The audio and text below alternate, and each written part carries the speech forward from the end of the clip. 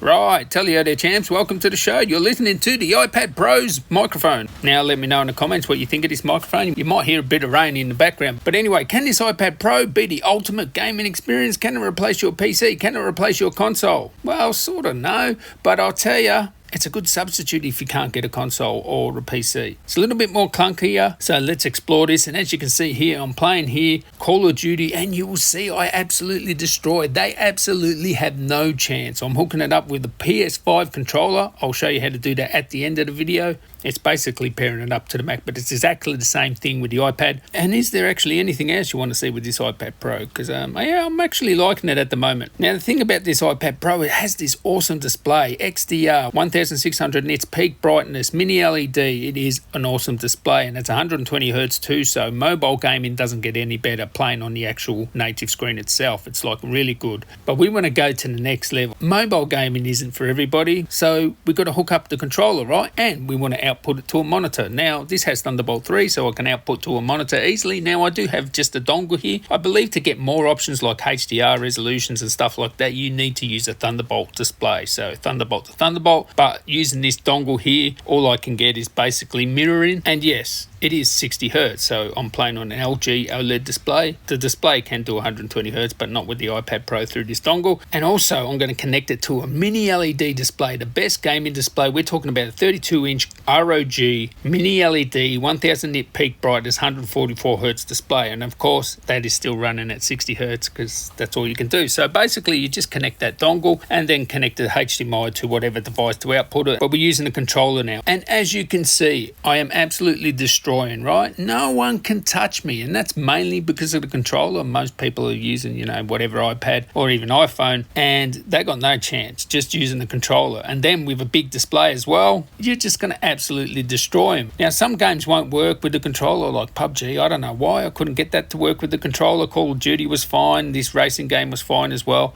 and that was a really good experience. And now it did take me a while to get used to 60 Hz again. Let's face it, we were all 60 Hz warriors once, and if you're a console gamer, you would know TV in 60 Hz anyway. But going from 240 Hz back to 60, it's like, whoa, I feel like I was high or drunk or something. Yeah, no, I love the high refresh. But the thing is, you can play on the native display and get 120 Hz and get that super smooth connected feeling. I wouldn't say it's the most responsive display. It is smooth, but I don't think it's like 1 millisecond or anything like that. That's the native display I'm talking about. You can see the mobile graphics. They obviously don't look as good as PC or, console. And you can see they're actually, mobile graphics when you blow it up, but it looks bright, looks fine, and the gaming experience is good. It's a little bit clunky because sometimes you've got to use the actual iPad to do stuff in the game and the controller won't work, and then you've got to go back to the controller. So yeah, so you always keep the iPad display on because some menus will need you to touch the display, but it is a good experience, I've got to say. Gaming wise, of course, I'm talking about. And you've got a full-blown